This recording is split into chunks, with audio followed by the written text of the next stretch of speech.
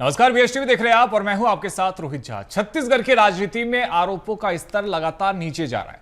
22 जुलाई को नीट मुद्दे पर बीजेपी और कांग्रेस दोनों ने एक दूसरे के दफ्तर का घेराव किया। प्रदर्शन के दौरान जमकर नारेबाजी हुई, धक्का मुक्की हुई और पथराव तक के आरोप लगे। अब इस पूरे विवाद ने नया राजनीतिक मोड़ ले लिया है और वह मुद्दा है गुंडों की पार्टी का। आखिर क्या है मामला, आज इसी विषय पर करने की चर्चा, लेकिन सबसे पहले देखिए ये रिपोर्ट। जिम्मेदार कौन? विरोध प्रदर्शन में किसने की पत्थरबाजी? पुलिस कार्रवाई पर क्यों उठे सवाल? विरोध का अधिकार या कानून व्यवस्था को चुनौती?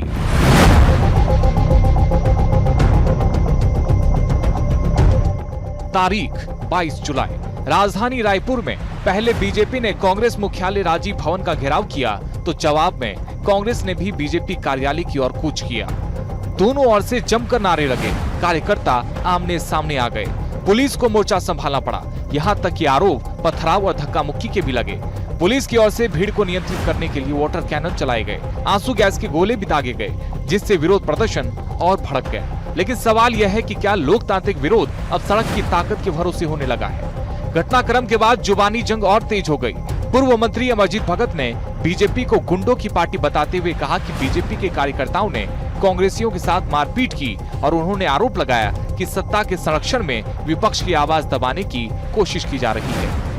आपके बयान को सुनकर के बहुत तरस आता है।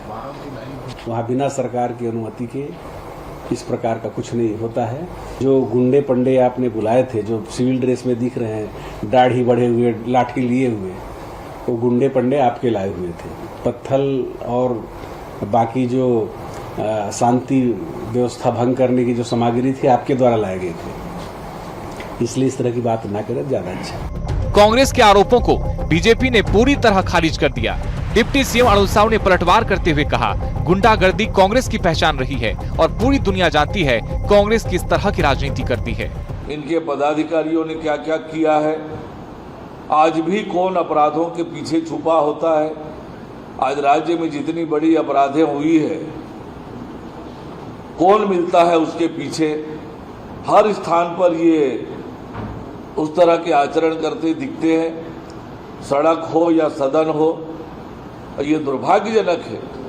गुंडों की पार्टी कौन है, किस पार्टी में गुंडे हैं, ये देश और प्रदेश की जनता बखूबी जानती है। किसी को बताने की आवश्यकता नहीं है। नीट का मुद्दा अब राजनीतिक प्रतिष्ठा की लड़ाई बन चुका है। दोनों दल एक दूसरे पर हिंसा और गुंडागर्दी के आरोप लगा रहे हैं, लेकिन बड़ा सवाल यह है, क्या जनता के मुद्दे अब राजनीतिक टकराव की भेंट चढ़ रहे हैं? क्या लोकतंत्र में विरोध का मतलब सिर्फ घेराव और पथराव रह गया है? रायपुर से बीएसटीवी के लिए करिश्मा सोनी की रिपोर्ट। तो रिपोर्ट आपने देखी। आज इसी विषय पर करने की चर्चा। हमारे साथ में दो बेहद खास मेहमान जुड़ गए हैं। मेहमानों से आपका परिचय करवा देते हैं। हमारे साथ में बीजेपी से वात्सल्य मूर्ति जी जुड़े हैं। वात्सल्य जी, बहुत स्वागत है आपका। साथ ही हमारे साथ में कांग्रेस से सत्यप्रकाश सिंह जी जुड़े हैं। सत्यप्रकाश जी, आपका बहुत स्वागत है। सबसे पहले सत्यप्रकाश जी, आप ही के पास में आते हैं। 22 जुलाई को आखिर ऐसा क्या हुआ था, क्योंकि आप भी कांग्रेस कार्यालय के बाहर थे। आरोप ये लग रहा है भारतीय जनता पार्टी द्वारा कि आपके कार्यकर्ताओं के हाथों में डंडे थे। ये बात तो ठीक है कि प्रधानमंत्री कार्यालय के बाहर में या प्रधानमंत्री आवास के बाहर में राहुल गांधी धरने पर बैठे थे, तब उनको पुलिस ने उठाया था, लेकिन वहां पर कोई बीजेपी का कार्यकर्ता नहीं पहुंचा था विरोध करने के लिए। जब कांग्रेस पार्टी के दफ्तर का घेराव करने के लिए बीजेपी के कार्यकर्ता पहुंचते हैं, तो आखिर हाथों में डंडा लेकर कांग्रेस के कार्यकर्ता क्यों पहुंचे थे? अभी आप बोल रहे कि कांग्रेस के कार्यकर्ता हाथों में डंडे लेकर पहुंचे, आपके पास कोई है सबूत कि हम डंडे पहुंचे? मैं तो डिप्टी सीएम के बयान को कोट कर रहा हूं सर। नहीं भाई, मैं हाँ ठीक है, ऐसे बोलिए ना, आपके यहाँ उनके बयान को कोट कर रहा हूँ। देखिए, मैं आपको एक चीज बात बोलूंगा कि हमारे कार्यकर्ता तो हम जैसे कार्यालय है बैठे रहते, अभी मैं कार्यालय से आपके सामने बैठा हूँ, तो हम बैठे रहते। इन्होंने कहा हम राजीव भवन का कार्यालय खराब करेंगे, तो आए। तो देखिए, हम बल्कि ये कार्यक्रम उन्होंने अचानक से बनाया। अरे यार, कार्यालय में कार्यकर्ता कुछ नहीं, तो डंडे और ये पत्थर ये सब कौन लेगा? बल्कि मैं तो खुद था, मेरे पैर में भी चोट है, मैं सबसे आगे भी था। और सबसे पहले शुरुआत थी वो नारियल का कोला हो, छोटे पत्थर हो, छाता। मैं आपको छाता लेके आया, भूल गया हूँ। छाता मेरे पास ही आगे गिरा था, तो मेरे पास भी रखा हुआ है। अभी मैं दिखा नहीं सकता, तो वो घर पे छूट गया, तो वो तक फेंके। तो ये तमाम चीजें फेंके किसने? मैं तो खुद प्रत्यक्ष हूँ। तो हाँ, पानी पाउच, हमारे मीडिया चेयरमैन साहब, उनके सिर पे पानी पाउच लगा, क्योंकि अगर कोई बहुत तेज फेंकेगा तो उनके सिर में चोट लगी उस पानी पाउच की वजह से। तो ये तमाम चीज किया कौन? और सबसे महत्वपूर्ण चीज है कि आज आपकी सरकार के मंत्री वहां बैठे थे, ये मतलब सत्ता के संरक्षण में हो रहा था। पुलिस वहां खड़ी थी, पुलिस के संरक्षण में, सत्ता के संरक्षण में। अरूप साहू जी अगर ये बोल रहे हैं कि हम लाठी डंडे लेकर आए थे, तो आप तो वहां बैठे थे, आप उसी समय गिरफ्तार करवा देते। आप तमाम मंत्री थे, लक्ष्मी रजवाड़े जी बयान दे दिए, अरूप साहू जी भाषण दे, तो क्यों बैठे हुए थे भाई? आप उसी समय पुलिस को आदेश देते, गिरफ्तार कर लीजिए, सब करे। और सबसे मैं तो आंसू-गैस के गोले किधर छोड़ गए? मैं खुद भुगता हूं, 5 आंसू-गैस गोले किधर फेंके? हमारी तरफ, जो हम भुगते हैं। तो ये चीजें क्यों? उधर एक भी नहीं, उधर कोई कार्रवाई नहीं। एफआईआर भी हमारे यहाँ, मतलब आप हमारे घर पे आके आक्रमण करो और हम ही को दोषी साबित करके एफआईआर भी करा दो, तो ये कौन है? और एक चीज और मैं बताता हूं कि इनके आचरण ऐसे, आपको राजेश मोहन तो वीडियो याद नहीं है क्या, जो पुलिस वालों को सरेआम गाली दे रहे थे, सरेआम धमकी दे रहे थे, हमारी जब सरकार के विपक्ष में थे। तो ये इनका आचरण है। हम तो गांधीवादी सिद्धांत वाले लोग हैं, हमारी पार्टी उसी के लिए जाने जाती है।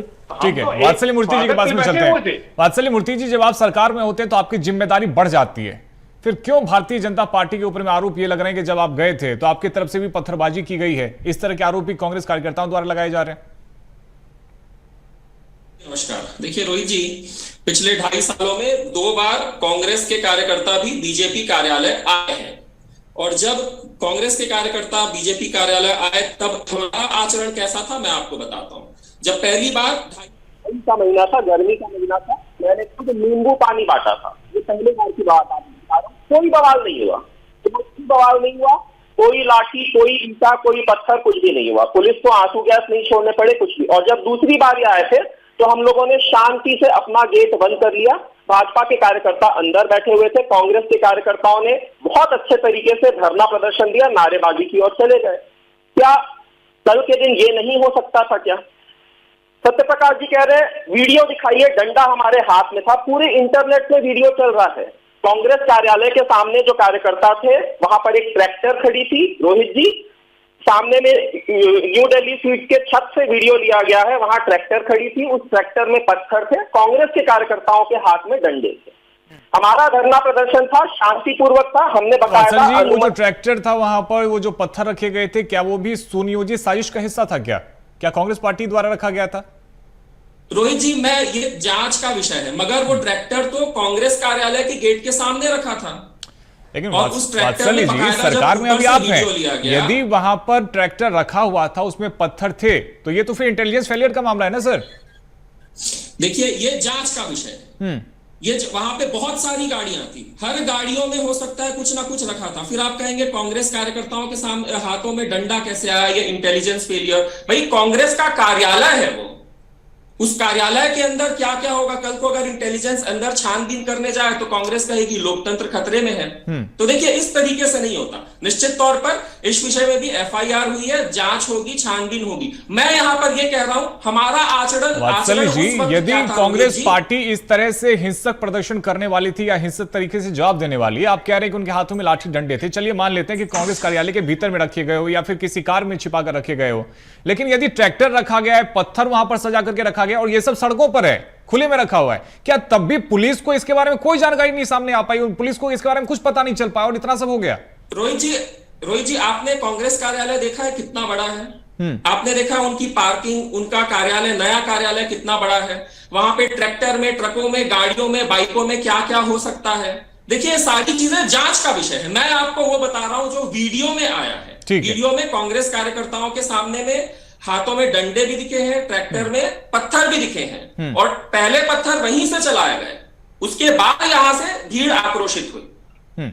ठीक है सत्य प्रकाश जी, यदि उस पत्थर का इस्तेमाल कांग्रेस पार्टी के कार्यकर्ताओं द्वारा नहीं किया जाना था, तो इसके बारे में आपको किसी कार्यकर्ता ने तो बताया होगा कि देखिए अपने दफ्तर के बाहर में पत्थर रखा हुआ है, ट्रैक्टर लगा हुआ है, वहां पर किसी ने भी नहीं बताया क्या कि उसको हटाया जाए या फिर पुलिस को जानकारी दी जाए कि ये ट्रैक्टर हमारे द्वारा नहीं रखा गया, ये ट्रैक्टर यहां पर क्या कर रहा है? बाद में आरोप हमारी कार्यकर्ताओं पर लगने हैं।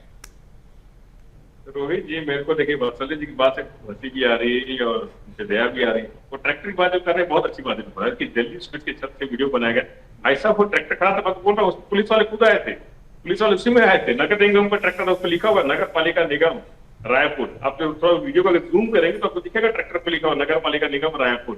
तो नगर पालिका का ट्रैक्टर हमको मिल जाएगी, आप इसमें पत्थर ले जाइए, डंडे ले जाइए, सब हमको मिल जाएगी। अरे भाई साहब, आप एक बस उसके पीछे ट्रैक्टर किसके भैया था? आपको बीजेपी की तरफ था, वो हम लोग को मालूम है। क्योंकि हमारे लोग उस तरफ गए थे डिबेट के लिए। आप ही रोहित अच्छा आप थे, आप ही की तरफ डिबेट करने के लिए हमारे जो प्रवक्ता पे आए थे वो उस तरफ से ही आए थे। उन्होंने ही आके बताया था, कल जो आपके डिबेट में था ना इसी समय सौरभ उधर से ही आए थे, उन्होंने बताया था ये चीज कि उधर ट्रैक्टर है, उधर डंडे रखे हुए, क्योंकि वो फंस गए थे, बहुत मुश्किल से आपके चैनल तक पहुंचे थे, आप मालूम हो गए, लेट हो गए। तो ये सब चीजें वो खुद प्रत्यक्षदर्शी है। मैं खुद हूँ, मैं तो बता रहा हूँ, एक छोटा पत्थर सबसे पहले आया था, उससे पहले एक नारियल वाला आया था, मैं तो खुद आगे खड़ा था। एक जो छाता था मेरे पास आके गिरा था, मेरे पैर में चोट लगी हुई अभी भी। तो ये तो मैं खुद बता रहा हूँ। ये देखिए बहुत हास्य, देखिए मैं सब चीज छोड़ना चाहता हूँ। सबसे महत्वपूर्ण मुद्दा क्या है, नीट पे क्यों नहीं बात करते हैं? ये जो गुंडों की पार्टी तमाम चीजें करने की कोशिश कर रही है, यही तो वो बोल रहे हैं ना कि कहीं ना कहीं बात को डाइवर्ट करना। मुद्दा क्या है? मुद्दा ये नहीं है ना, आप तो जितनी एफआईआर कर लीजिए, ये तो एफआईआर है, आप तो ईडी में एफआईआर कराते हैं, आईटी में कराते हैं, सीबीआई, तो हम क्या डर जाते हैं क्या? हमने डर नीट पे सर हम चर्चा लगातार कर ही रहे हैं और नीट को लेकर के केंद्र सरकार से भी सवाल पूछा जा रहा है, लेकिन नहीं, अगर राजधानी रायपुर में वात्सल्य मूर्ति जी इतना बड़ा प्रदर्शन हो जाए, पत्थर चलने लगे, आरोप किस पे लग रहा है सर? आप दोनों ही प्रमुख राजनीतिक पार्टियों में से आते हैं, आप दोनों ही के अगर कार्यकर्ताओं पे आरोप इस तरह के लग रहे हैं तो जवाबदेही आखिर कैसे तय होगी? राजधानी रायपुर में इतना सब हो रहा, पत्थर बरसाए जा रहे हैं, लाठियां चलाई जा रही है, और ये सब जो आरोप लग रहे हैं उसमें आपके दोनों ही पार्टियों के सीनियर लीडर्स भी मौजूद थे, तब ये सब हो रहा है।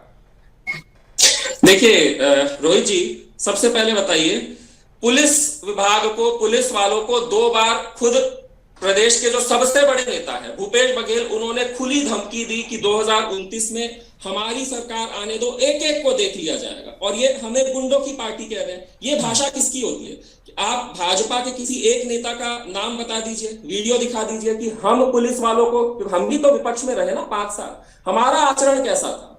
मैं आपको बार बार बता रहा हूं, विरोध प्रदर्शन करना संवैधानिक अधिकार है, कांग्रेस के कार्यकर्ताओं का भी है, बच्चों का भी है, भाजपा के कार्यकर्ताओं का, मगर आपका आचरण कैसा होना चाहिए। देखिए ये सारी चीजें होती रहती है। मैं राहुल गांधी जी की बात करता हूं, जेपी नड्डा जी ने, अगर आपने कल की उनकी प्रेस कॉन्फ्रेंस सुनी होगी तो उन्होंने बताया कि पिछले 1 साल में हिमाचल प्रदेश में भी पेपर लीक हुआ, झारखंड में भी हुआ, तेलंगाना में भी हुआ, वेस्ट बंगाल, पंजाब, केरला, कर्नाटक, हर जगह हुआ। यहां पर कांग्रेस की या तो सरकार है या इसमें गठबंधन में सरकार है। तो क्या ये सारे जितने भी शिक्षा मंत्री हैं इन प्रदेशों के, राहुल गांधी जी उनसे कभी मांगे क्या कि आप त्याग पत्र दे दीजिए?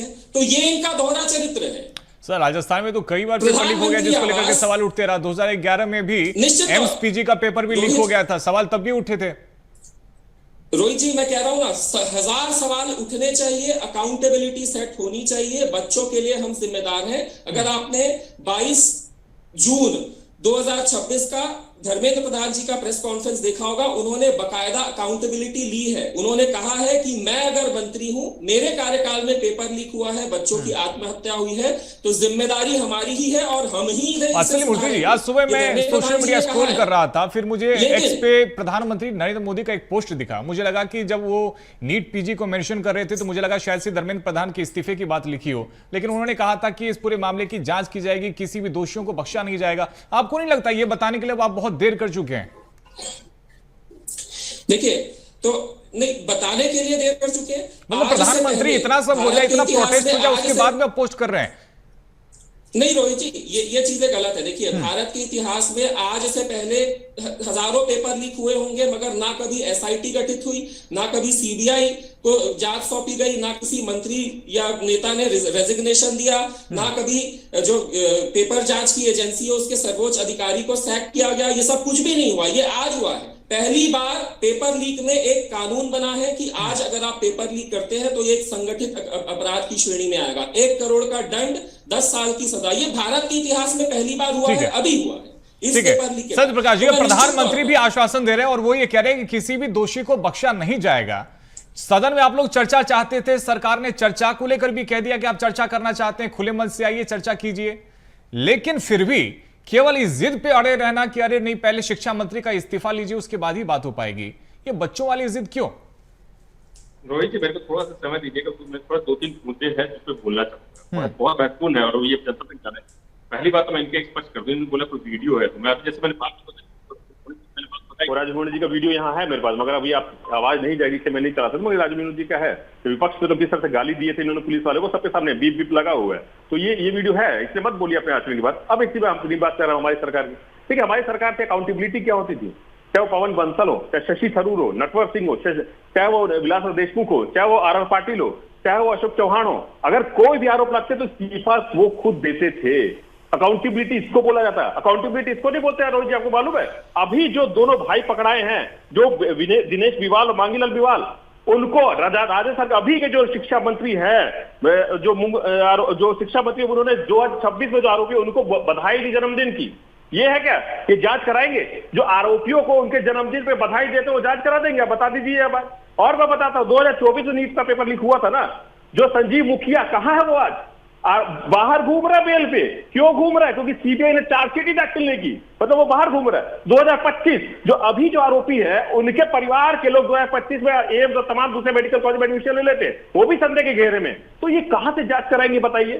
जिस पार्टी के नेता, जो शिक्षा मंत्री एक प्रदेश का, वो आरोपी को बधाई संदेश भेजेगा, उनको बधाइयां देगा, फोटो खिंचवाएगा अपने सोशल मीडिया हैंडल के माध्यम से, तो आप विश्वास कर लेंगे? कोई जेनजी या कोई युवा विश्वास कर लेगा कि ये सरकार न्याय कर देगी?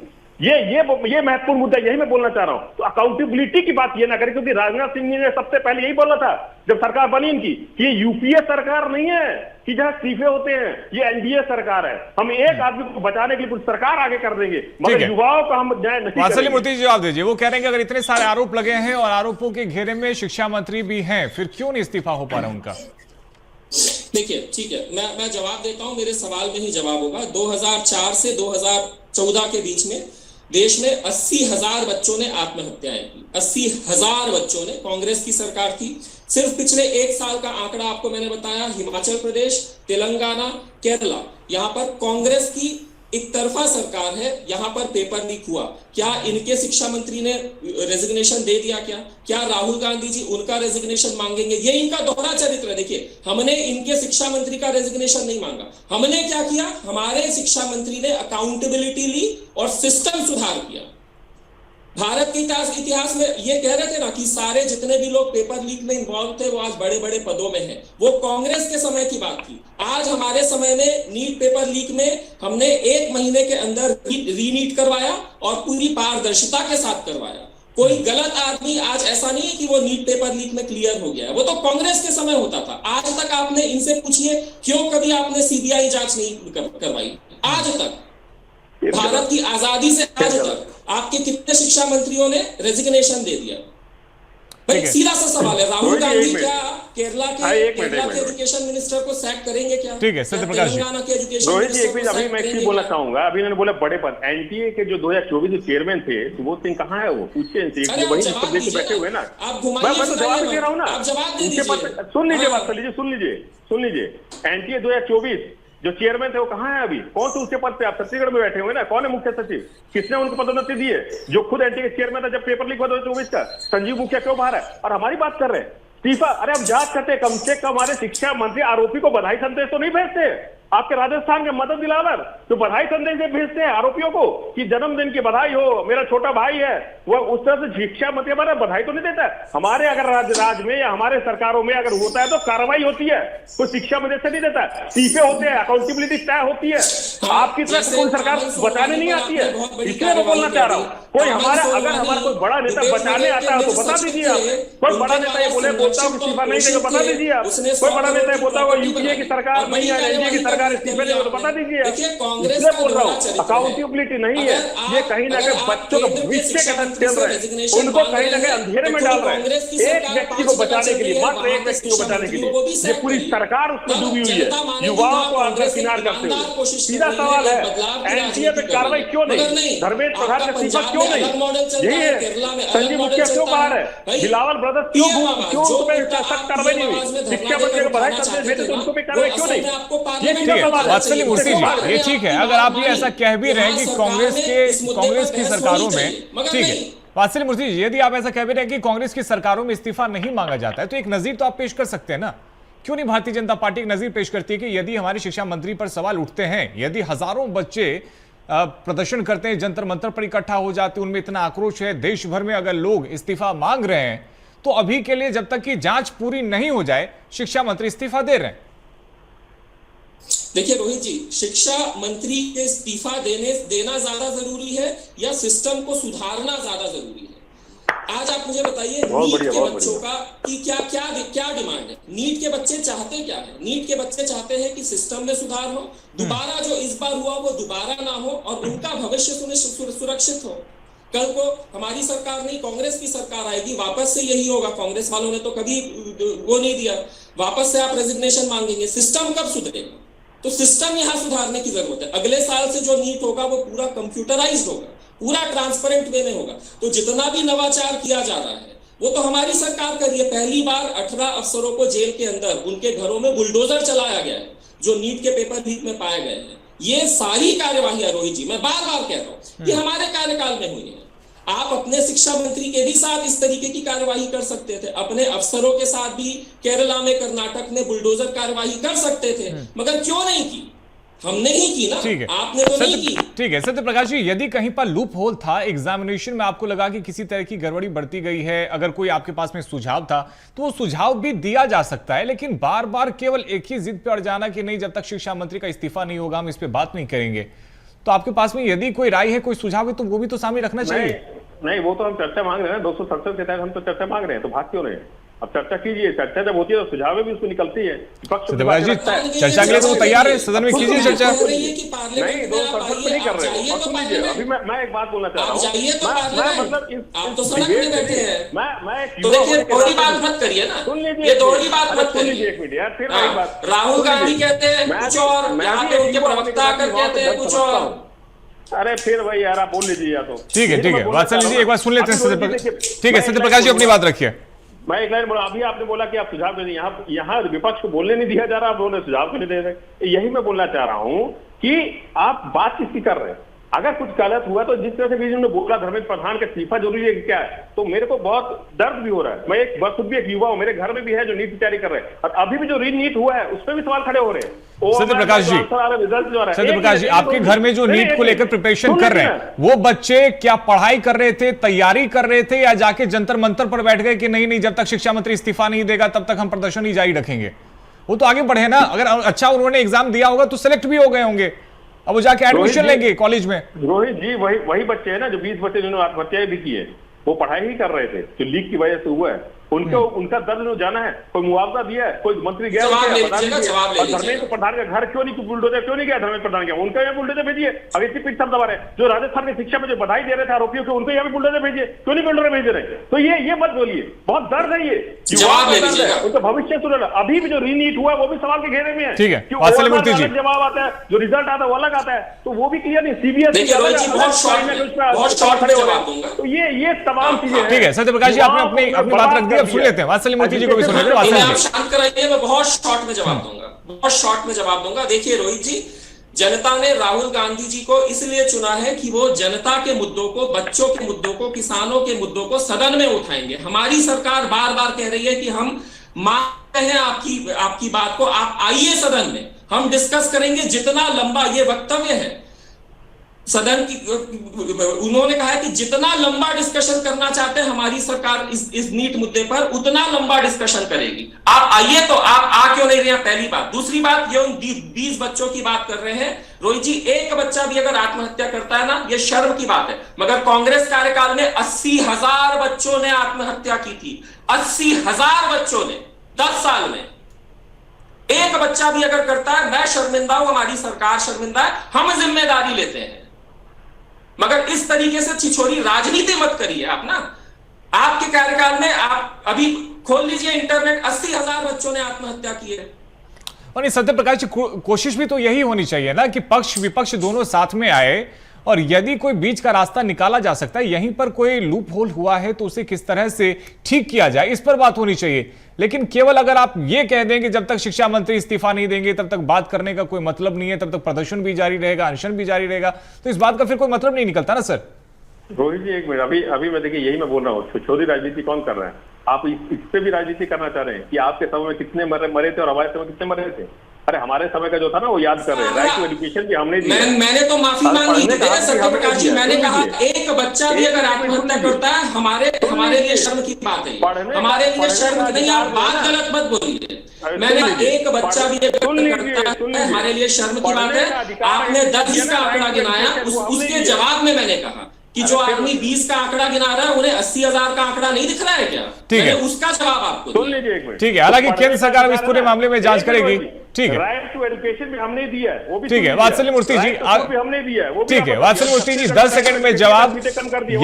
यदि प्रदर्शन हुआ था, अब ठीक है, केंद्र में भी वो लगातार हम देख रहे हैं इस मुद्दे को उठाया जा रहा है, दिल्ली में भी प्रदर्शन हुआ, उसकी भी जांच होगी, लेकिन राजधानी रायपुर में जो कुछ भी हुआ था, क्या आप प्रदेश की जनता को ये गारंटी दे रहे हैं कि यदि कहीं पर कोई लापरवाही बरती गई थी, यदि कोई साजिश था, तो उसको बेनकाब किया जाएगा, कार्रवाई की जाएगी? 100% रोहित जी, गारंटी है। कानून व्यवस्था संभालना हमारी ही जिम्मेदारी है, और जिस तरीके से ये सारी चीजें हुई हैं, सब दूध का दूध पानी का पानी सामने आएगा, बहुत जल्द आएगा। ठीक है, बहुत शुक्रिया वात्सल्य मूर्ति जी, साथ ही सत्यप्रकाश सिंह जी, आप दोनों का ही हमारे साथ में जुड़ने के लिए। तो देखिए, दिल्ली में एक तरफ प्रदर्शन जारी है, लेकिन राजधानी रायपुर में प्रदर्शन के नाम पर जो कुछ भी हुआ उसे सही नहीं ठहराया जा सकता, क्योंकि पत्थरबाजी के आरोप लगे, कार्यकर्ता एक दूसरे के आमने सामने आ गए, आरोप दोनों ही पार्टियों की तरफ से तरह तरह के लगाए जा रहे हैं, लेकिन हकीकत क्या है यह जांच के बाद ही स्पष्ट हो पाएगा। लेकिन जब तक जांच पूरी नहीं होती, सियासत इस पर खूब होती रहेगी। फिलहाल इस चर्चा में इतना ही। खबरों का सिलसिला जारी है, आप देखते रहिए BSTV। नमस्कार।